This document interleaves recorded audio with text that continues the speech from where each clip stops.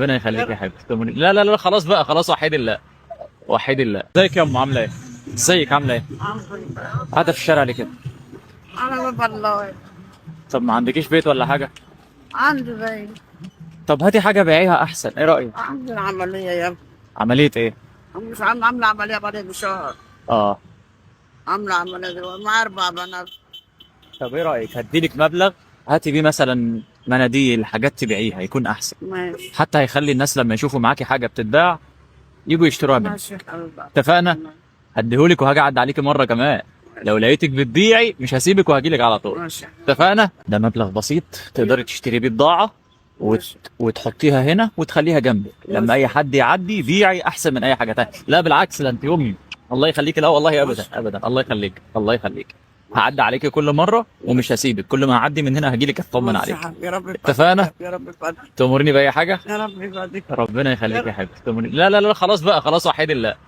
وحيد الله وحيد الله انا عندك وحشوف كيف وحيد الله. انا مصدقك والله، والله مصدقك.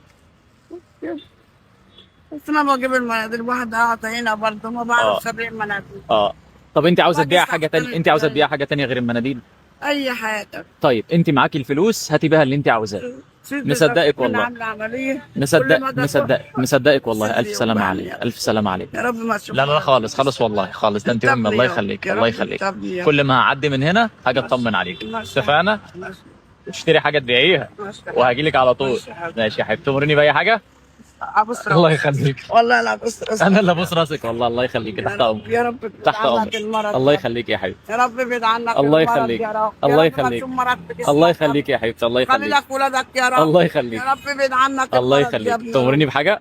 السلام عليكم. السلام عليكم. رب أوزعني أن أشكر نعمتك التي أنعمت علي وعلى والدي وأن أعمل صالحا ترضاه وأصلح لي في ذريتي إني تبت إليك وإني من المسلمين. على فكرة انتوا كمان تقدروا تفرحوهم وتقدروا تخففوا عنهم أعباء الحياة ولو ليوم. هات لحد فيهم وجبة، هات لحد فيهم ازازة مية، قول له واحد فيهم كلمة طيبة يا راجل يا طيب انت، او حتى هات له كوباية شاي. وطبعا ده ما يمنعش انك تشير الفيديو، وبحبكم جدا.